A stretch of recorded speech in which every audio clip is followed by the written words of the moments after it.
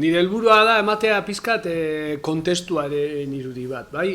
Zuetako esarete egona Adrian Almazanen itzaldian uste du gehiena, baina bere hildotik jungo naiz, ez? Eta nik ekonomiako fakultatean ikasi nuen, baina gaur erakutziko dizudan ezebez ez nuen ikusi. Orduan, nire asmoa da zuek beste begirada bat izatea bakarrik ekonomiarena, ez? Batzutan, ekonomia bezala erakusten digutena fakultaten da, ekonomiaren ikuspegi bat eta beste batzuk azten ditugu, ez? Da, nire helburua da, nire gertatu zitzaidan bezala ez gertatzea, ez? Karrera bukatu aurretik itxienez izan dezazuela beste ikuspegi batzuk, ez? Zorionez, nik ikasi nuenetik, ez dut esango duela zenbat urte, urte batzuk, gauzak aldatzen joan dira, eta gaur, horrelako itzaldiak ematen dira EHUn, ez? Eta badaude ikerketa taldeak gai hauetan aritzen direnak, eta asko aberastu da, ez? Azken urtetan akademia ikuspegi berriekin, ez? Bale, hau da ekonomiaren ohiko ikuspegia, ez? Nun ondasunak eta merkatuak ekoizten diren, eta jentea ditugu kontsumitzaileak eta ekoizleak, ez? Baina kasu honetan ikusten duzuen bezala hemen natura inun bez da agertzen. Asko jota, ez? Ekonomia neoklasikoaren modeloetan naturarekiko harreman agertzen da, ez? Produkzio faktore bat bezala, lurra. Eta ematen du ekonomiak daukala leku batetan estratosferikoa, naturarekin ez dagoen harremanik, ez? Ekonomia ekologikoaren ikuspegitik sustatzen den ikuspegia desberdina da, eta ekonomia aztertzen da azpisistema bat bezala. Sistema sozial eta natur sistemaren parte bezala, ez? Eta horria naturarekiko harremana funtsezkoa dira. Alde batetatik, naturatik gure ganatzen ditugulako jarduera ekonomikoa burutzeko behar diren lehen gaiak, ez? Bai metalak, energia, ura, zerbitzu ekosistemikoak, eta baita, ez? Guk burutzen dugun jardueraren ondorioz, hondakin batzuk sortzen direlako, ez? Hondakin batzuk birziklatzen dira, beste batzuk ez, eta beste batzuk bero bezala bueltatzen dira. Orduan, ikusten duzuen ez, aurreratu dezakegu ez, jarduera ekonomikoa baldintzatuta dagoela. Hau da, Adrianek planteatu duen bezala ez, kuestionatu beharko litzateke ez, hazkunde finitoa posible den mundu finito, etengabeko hazkundea posible den mundu finito batetan, ez? Orduan, aztertzen ditugun aldierazleak eta aspektuak ere desberdina dira, ez? Ekonomia ekologikoaren ikuspegitik interesatzen zaiguna da metabolismo sozialaren azterketa. Hau da, sistema ekonomikoak giza gorputz bat bezala funtzionatzen du, bere jarduerarako elikagai batzuk hartzen ditu, kasu honetan baliabideak, bere jarduera burutzen du eta hondakin batzuk sortzen ditu, ez? Orduan, ekonomia ekologikoaren ikuspegitik interesatzen zaiguna da jakitea zer jaten duen gure ekonomiak, ze jardueretarako bideratzen duen erabiltzen dituen baliabide horiek, eta ze hondakin sortzen dituen eta nola doazen hondakin horiek, bai? Hortaz, erabiltzen diren adierazleak ere desberdinak izango dira, hau da, ez gaude interesatuta bakarrik BPG-arekin ze gertatzen denez, barne produktu gordinez, beste adierazle batzuk interesatzen zaizkigu. Adibidez, ze gertatzen den, eskaera material osoarekin. Eskaera material osoak kontutan izaten du guk hartzen dugun input material zuzena eta eskutukoa. Eta hau adibidatekin errezulertuko duzue. Adibidez, kuantifikatzen dugu zenbat tonelada urre sartzen dira gure sisteman. Baina ez ditugu kuantifikatzen tonelada horiek bakarrik zuzenekoak. Tonelada hori erausteko erabiltzen diren, mugitzen diren haitza eta hondakinak sortzen direnak ere kontutan hartzen dira. Orduan, kontutan hartuko genuke ez urre tonelada hori bakarrik, sino urre tonelada hori lortzeko, mugitu behar diren 150.000 toneladak. Bai? Hau da, adierazle bat, ez? Metabolismo sozial aztertzeko. Beste bada aztarna ekologikoa, hau ez dut aipatuko, ez segurazki ezagutuko duzu, ez? Da, planetaren ze parte behar dugun guk, gure bizia aurrera eramateko, eta planetak ze oinarri duen horri erantzuteko, ez? Edo beste bada HAMP, ez? Giza Human Appropriation of Net Primary Production, da, ez? Eta honek esaten duena da, guk landarek fotosintesiaren bidez ekoitzitako lehen gaien ze parte konsumitzen dugun. Bale? Bale. Interesatzen zaiguna, zer gertatzen ari da? Adierazle hauek kontutan eukitzen baditugu, ez? Asko entzuten dugu BPG-arekin eta zer gertatzen da, baina zer gertatzen da adierazle biofizikoa kontutan hartzen baditugu. Ikusten dugu bezala ez, baliabideen erausketa izugarria hasi da. Batez ere azken hamarkadetan. Eta azken hamarkadetan hau azeleratu da batez ere petrolea aurkitu zenetik, ez? Ze petroleoaren aurkikuntzarekin ez, potentzial handiagoa daukagu erausketa aurrera eramateko. Hau da, eman zen garapen teknologiko bat, eta beste alde bateratik lortu zen energia oso potente bat. Baliabide bat oso errentagarria energetikoki. Hau da, petroleo litro batekin energia asko eskuragarri eskuratu daiteke, ez? Potentzial handiko energia bat. Eta gaur egun, ez? Ikusten duzuen bezala, ez? Erausketa bat ditu zen, eta gaur egun jada giza objektuek gainditzen dute lurreko biomasa. Hau da, gizakiak eraldatutako materialek pisua handiagoa da naturak dituena, baina hau da, animaliek, munduko animali guztiak masa kondentsatuko bagenuen, 4 gigatonela izango genituen. Plastikoen aia 8koa da, bikoitza. Munduko baso eta izango dut, sasi eta guztiak kontutan izango genituzke 900 gigatonela da. Eraikitako infrastruktura ja 1000 gigatonela da gainditzen dituzte. Honekin eman nahi dizua neurri bat, ez? Ze espezie bakar bat munduko ze aldaketa sortzen ari den, ezta? Aspaldi gainditu genuen aztarna ekologikoak munduko biokapazitatea, ez? Eta gaur egun esaten da, mundua gaur egun planetak ikusten duenaren laukoitza beharko litzatekela, ez? Egungo kontsumo maila mantentzeko, ezta? Eta isurketekin gauza bera gertatzen da. Hau da, ikusten baduzu hasierako argazki hori, ez? Guk elikagaiak hartzen baitugu eta hondakinak sortu, zenbat eta gehiago jan, gehiago zoaz komunera, ezta? Hau berdina da. Zenbat eta ekonomian ondasun gehiago sartu, sortzen diren isurketak ere handiagoa dira. Nola banatzen da baliabideen erasketa mundu mailan? Ikusten duzuen bezala, ez? Mundu mailan erregio guztietan hasi da baliabideen erauskera, baina batez ere kontzentratzen da hegoaldeko herrialdeetan, Asian eta Hego Amerikan. Honekin paraleloan,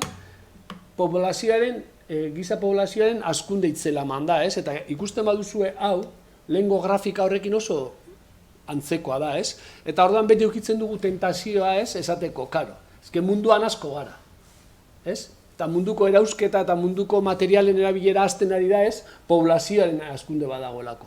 Hau, sakon ikertu da eta hau ez da betetzen. Hau da nazio batuek egindako ikerketa baten emaitza, ez? Hemen ikusten duzue faktore desberdinek, poblazioak, affluence, ingeleseko affluence da aberastasunak, eta aldaketako teknologikoak nola eragin duten aztarna materialaren handitzean. Eta ikusten duzuen bezala, kasu batetan, esango dut, Asia mendebaldean eragina izan du poblazioa, baina beste beste kasu gehienetan eta baliabideen eskaera handitzea ez da eman poblazioaren hazkunde bategatik.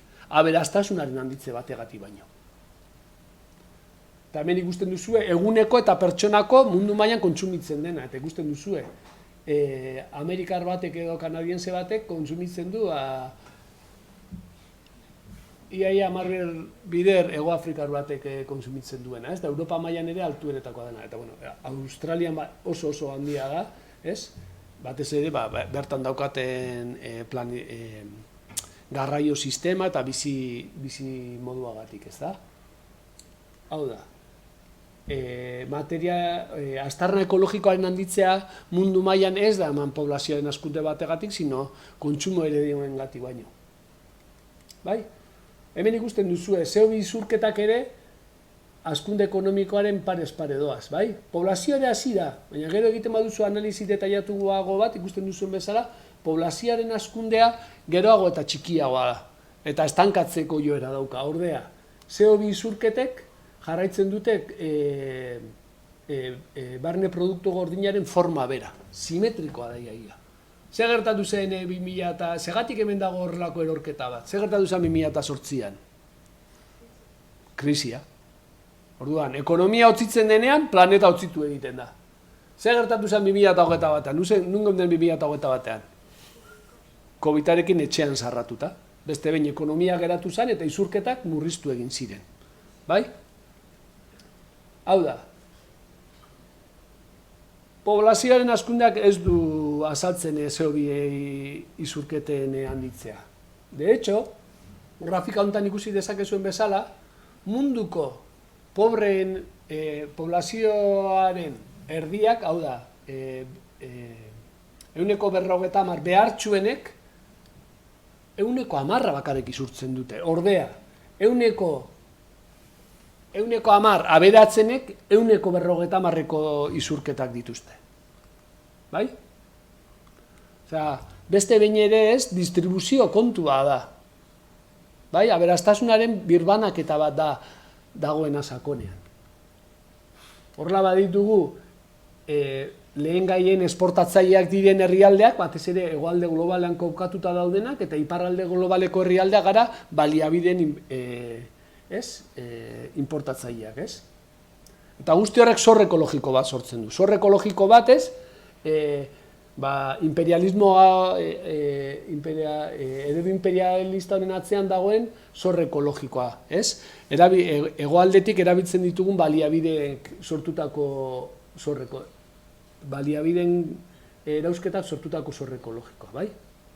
Eta normalean zor ekologikoa zatitzen da 4 atal nagusitan, badaude beste batzu, baina hori dira atal nagusiak, ez? Karbono zorra, lehen esandako isurketa desoreka sortutakoa, biopirateria, hau da, patentatzen direlako hegoalde globaleko baliabide naturalak, eta gero horrek ahalbidetzen du beraien merkantilizazioa eta esklusioa ere bai, ez? Bertako komunitateena kontsumitzeko hori, ingurumen pasibak eta hondakinen esportazioa, ez? Adibidez, ikusten baduzue gaur egun zeinek isurtzen duen, Txina agertzen zaigu CO2 isurketa iturri nagusi bezala. Ordea, honek atzen diskutatzen duena da ez, Txinak guri esportatzen digula. Hau da, hau Txinatik dator. Honen isurketak Txinari egozten dizkiote, baina azken finean gure eskura dago.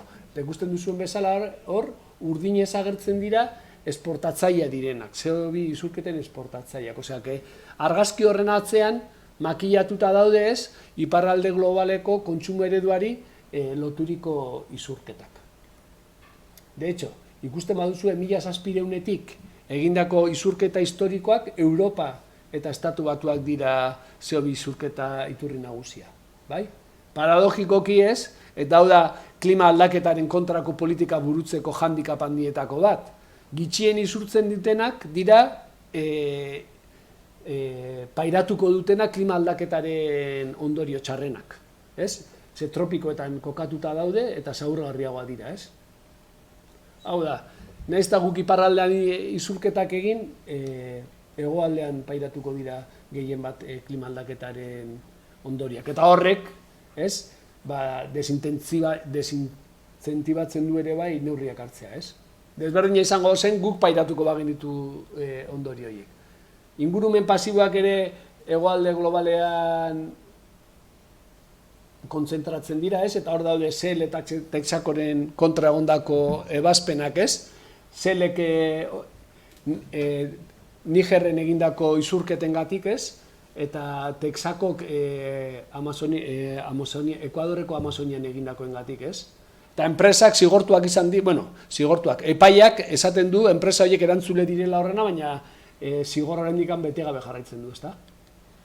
Beste alde batetik, zor ekologikoaren beste komponente garrantzitsu bat da, ez? Hondakinen esportazioa, ez? Adibidez, Estatu Batuetan kontsumitzen diren hondakinen baliabide elektriko eta elektronikoek Txina, India edo Pakistanera esportatua dira, ez? Behin erabili ondoren. Hau da, alde batetik, hegoalde globaletik arpilatzen ditugu bertako baliabideak, guk hemen erabiltzen ditugu eta gero hondakin moduan esportatu egiten ditugu, ezta? Eta Euskal Herriko zor ekologikoa beste Europako herrialde batzuen antzekoa da, handienetakoa. Segatik, lurralde oso mugatua daukagulako eta jende pile bat bizi garelako hemen. Horrela, Euskal Herrian kontsumitzen ditugun baliabideen 93% dator kanpotik.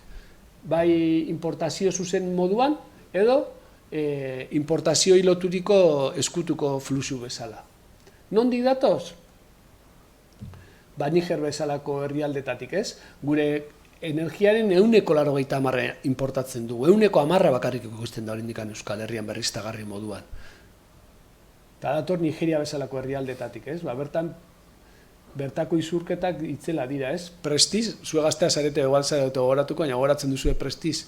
Hau da, Kantauri itsasoan ondoratu zen txalupa bat, ez? Eta izan zen, gure historiako hondamendi handiena, Nigerian hori ainako 30 izuri da, ez? Eta biztanleriaren erdiak ez du urre edangarririk ere, ezta?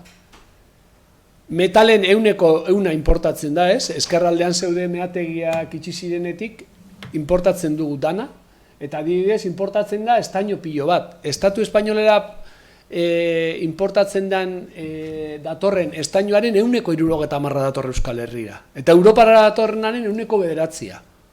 Bat emate okurtzen zaio zetarako erabiltzen dena gure estaino hau? Zetarako erabil daiteke estainoa? Ardo kapsulak ekoizteko. Ez da guk munduko gehien edaten dugula, gure edaten dugun tasa ere altuenen artean egongo da, baina Euskal Herrian kokatuta dago munduko ardo kapsula ekoizle handiena, eta dago Arabar Errioxan kokatua. Horregatik importatzen da hainbeste estaino Euskal Herrira, eta hau dator bataz ere hegoaldeko herrialdetatik, Bolivia, Peru, Malasia, Tailandia eta Indonesia bezalako herrialdetatik, ez? Eta beraien erauzketak inpaktu oso larria ditu, bai ingurumenarentzat, bai bertako inpaktu sozialak. Badago dokumental bat, Euskal Herriko zorre ekologikoari buruz duela urte batzuk egin genuena, eta liburutegian daukazu. Euskal zorre ekologikoak klikatzen baduzue, eskuragarri duzue liburutegian.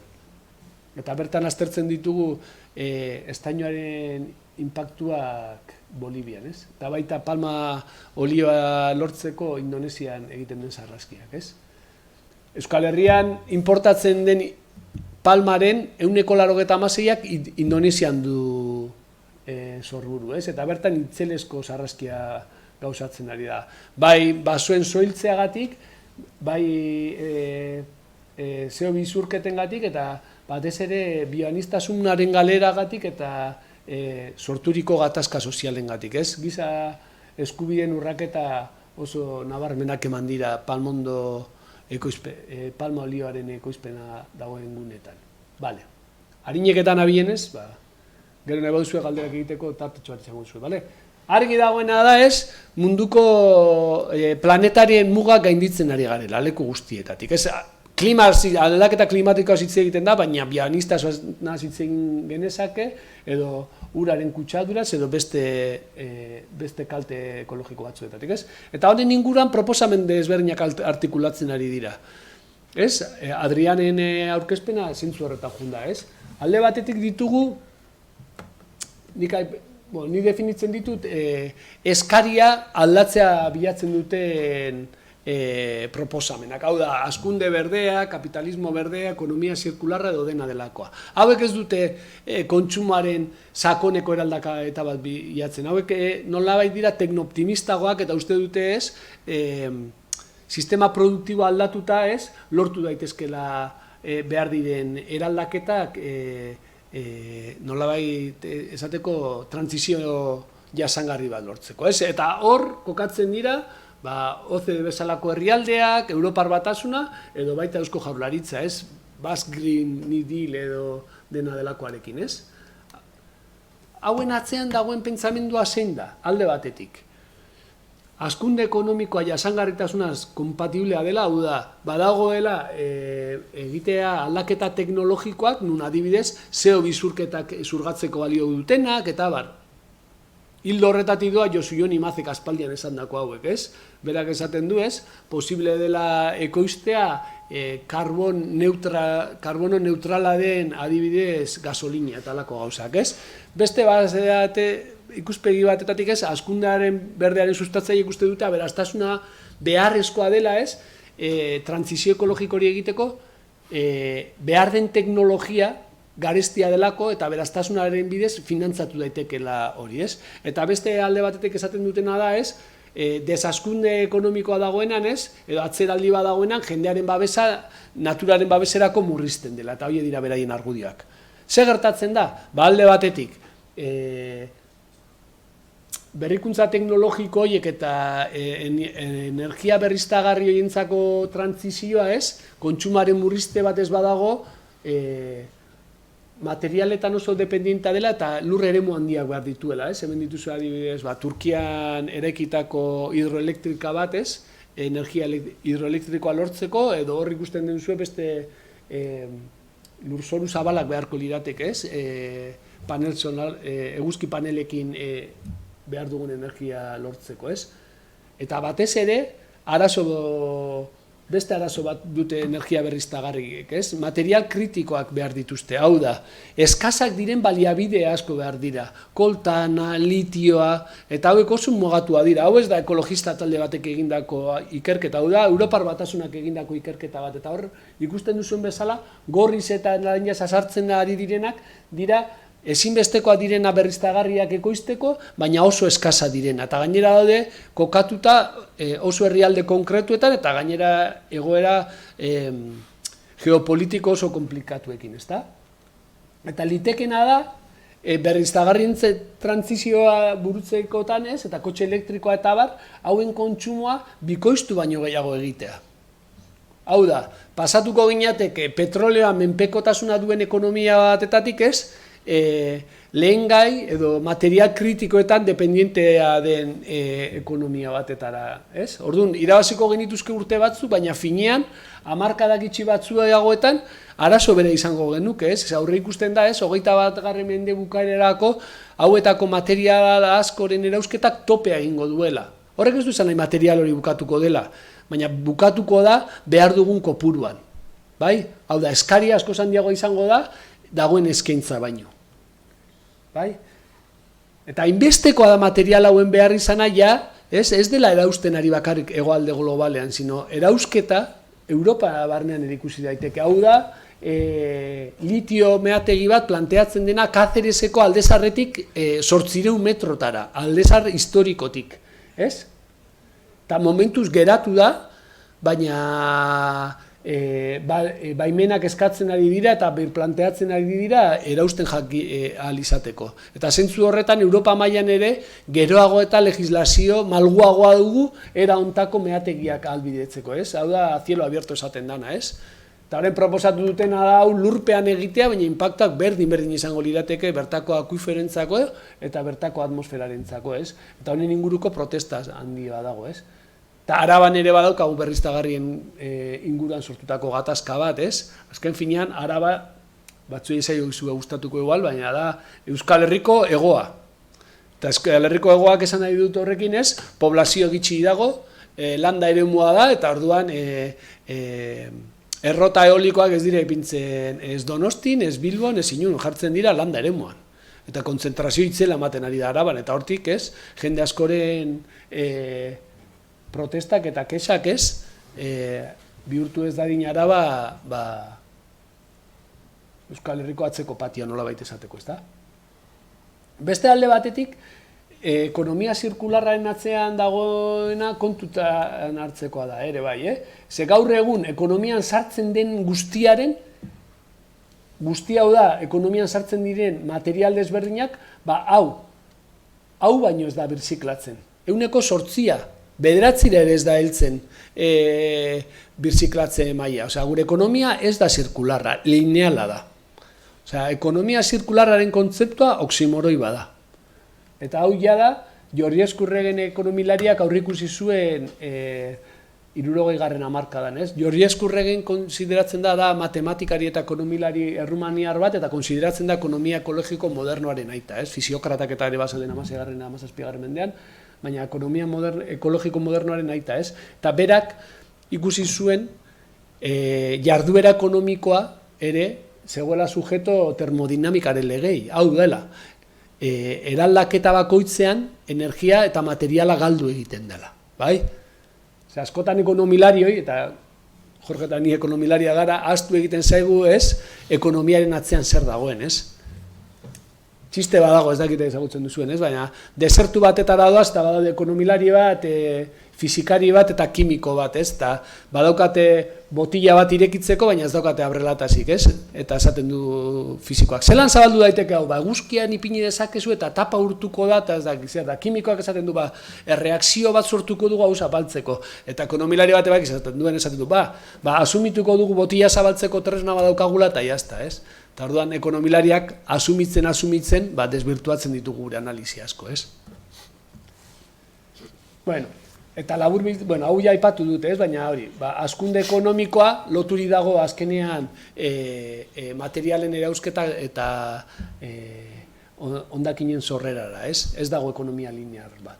Eta hemen ikusten duzu, ez? BPG-a hazten denean, gure izurketak esponentziazki hazten dira. Hau dira herrialde aberatzenak, ez? Singapur, Luxemburgo, Estatu Batuak eta begiratu zein den bereien kontsumoa eta zein den herrialde pobreena, ez?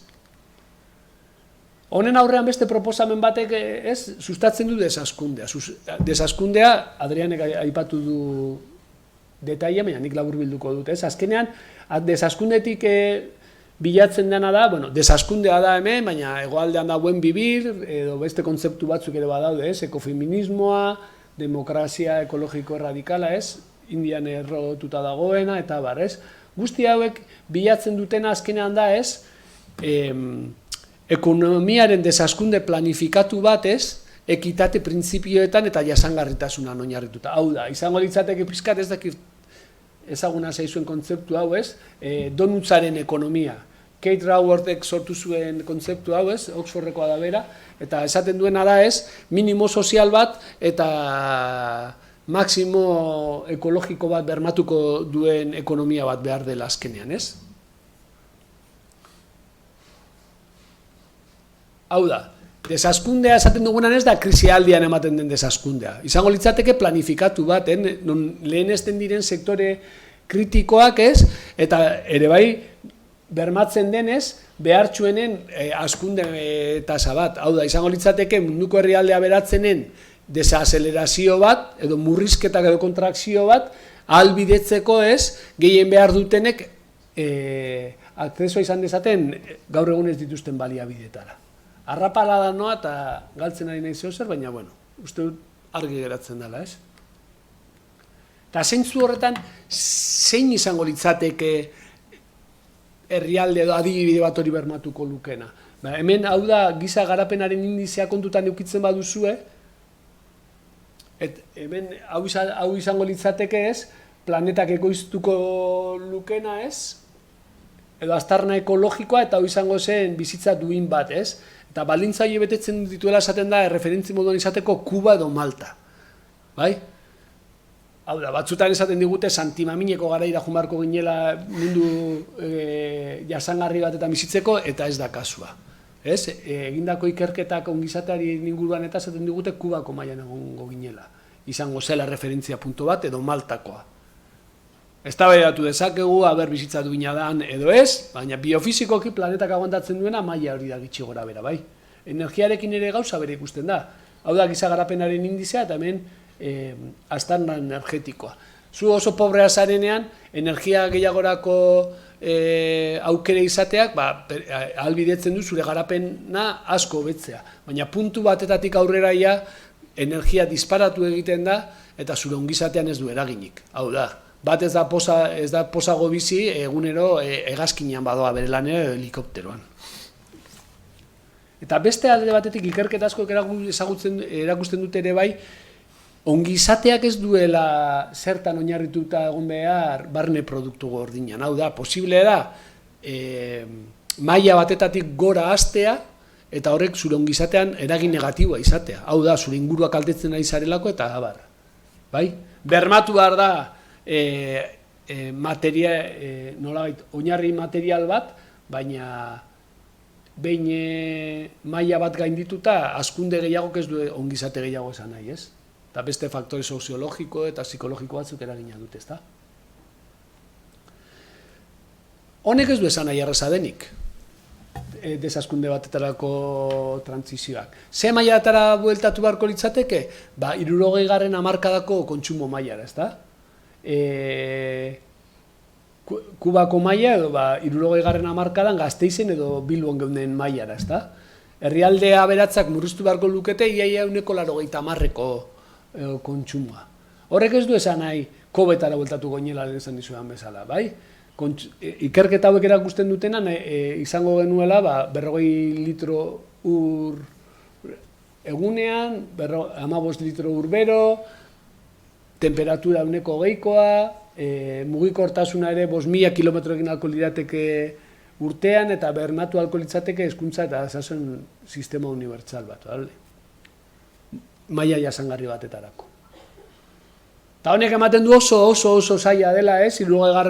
hamarkadako mailatara heltzea, baina bueno, gure mundu inefizientaren adibide batzuk ipintzearren Antonio Turielek egindako bere azken liburuan aipatzen da, ikerketak munduko petrolearen 40% petrolioa garraiatzeko erabiltzen da. Ez kontsumorako, sino mugitzeko bakarrik. Munduko elikagaien 30% zaborrera doa ikutu ere egin gabe. Behiratu zelako margena dagoen. Edo ongarri kimikoak murriztu alko lirateke 40%an ekoizpen maila aldatu gabe. Bai? Hau da, bere esanetan kontsumaren 10%rekin bermatu alko zen bizitza duin bat. Hortarako politika lanaren banaketa, badago jende pilo bat langabezian eta beste batzuk lan pilo bat eginda. Lan bizitzaren sustengurako garrantzitsuena diren lanak ikusi ezin eginda daude eta ez dira remuneratuak, zuek gizarte langintzako azareta eta hori inor baino hobeto dakizu, ezta? Behar ez diren azpiegiturak ekidin beharko lirateke, adibidez Euskal Herrian, momentu honetan baliabideak behar direnean, behar izan sozial asko ase betetzeko, eta hor dago Osakidetzaren egoera eta zerbitzu sozialak eta bat, eraikitzen ari gara energiaren kontsumo neurri gabe bat duen monstro bat, abiadura handiko trena, gainera ez dien erantzuten mugikortasun behar izanei, ezta? Erreforma fiskalak burutu alko lirateke, nun lana beharrean grabatuko zen baliabideen erabilpena eta abar, eta, bueno, jazta. Gehiago jakin nahi duzuenak, gomendatzen dizuena Adrian Amazanek egindako liburuzkao, desaskundeaz hitz egiten du eta hor aipatzen da, del que al como, aipatzen dira desaskunde batetarako Euskal Herri mailan adibidez burutu alko lirateken neurriak. Eta sentitzen dut arrapaladan joatea, baina denbora honekin ontarako maten du. Ez dakit, galderaren bat baduzue edo zertarako,